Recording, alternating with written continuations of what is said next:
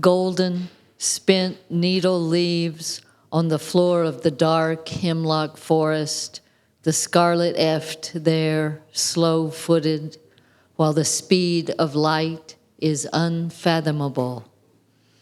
Green fire moss, lit within, covers fallen logs, suddenly bereft of light. The velocity of the visible cycles over a razor-thin margin, only a sliver from deep red running to violet hues, perceptible on this pulsing segment of spectrum, spilled blood to blue-handled screwdriver.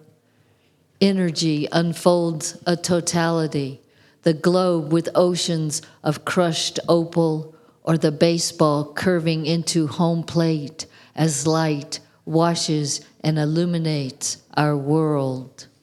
On emerald gold moss, the young salamander glows, conflating space with light. The lanyard around my neck flashes in the dark hallway, saying my name to all who can see it. Silver slivers leak under the doors, my coffee cup of dark reflections, the treasure box of daylight. Light makes volume into space in the sculpture garden as the staff wears lanyards that glint in the sun. Everyone's names a blur in the distance, spaces of infinite depth, but within them, the yellow-green fireflies, the frequency and amplitude of each one of them. Light is a sculptor's putty knife on the white blinds by the jewels of the globe. Filtered light falls on the not quite dark forest floor, the scarlet eft there in the emerald moss under a topaz sky.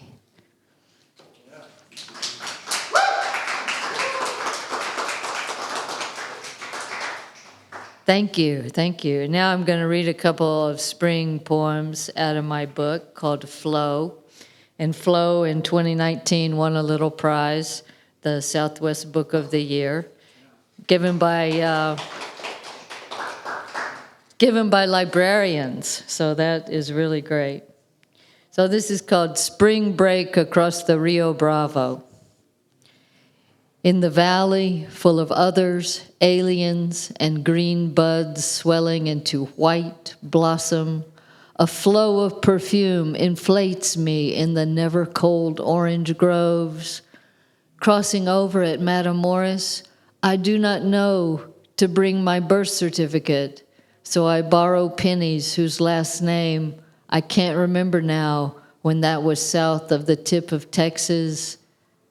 40 years ago with Rex and Leanne, who think to bring their own identities in flux on the beach dotted with phosphorus blue micro-animals in Puerto Vallarta, where I become a turtle rising on all fours under my shell coat as we camp out that night on mescaline while Leanne determines to go to medical school. And Rex, the future pharmacist, squirts limon in his ear for an infection. I reflect on the glowing beach, our stars thrown down.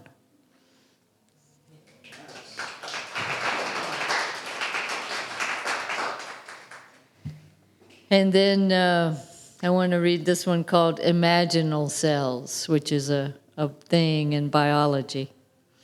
Lime and black, the caterpillar goes gooey green, vomit green, moss green, clover green, not the desert bird of paradise new seed pod green when sunlight sluices through.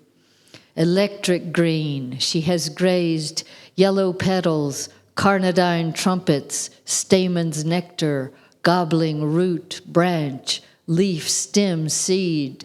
She has gauzed over what self-shreds she possesses, from which she will reform as nectar-seeking geometry, clear wings, fairy-dusted with neon scales. In the desert meadow at 6,000 feet, a March freeze readies the poppy seeds for those becoming butterflies.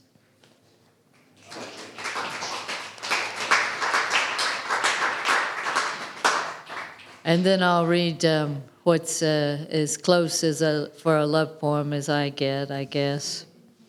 It's called Love Song for a Wiseacre. Your eyes are a flock of goats that muddies the spring on Snail Hill, where a shepherd boy, no more than 6, carries a kid goat across. Your brow is an olive tree that blooms white out of red loam in spring, and in the fall, dark fruit weighs down your silver branches. Your hands are a pair of foxes that track the stray snow goose wintering over in the bosque on the river by El Camino Real. Your arms are spotted horses that roam the Llano Estacado and graze blue grama grass in autumn slants on Indian summer days. Your whiskers are cornstalks in the valley where cranes alight by the thousands, and the scarecrow frightens children in a maze. Your hair is a mountain lion that sleeps in a cave by day, while antelopes scamper down and the raven watches the end.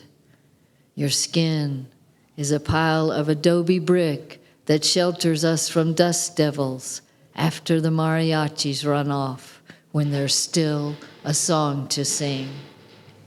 Thanks, everybody.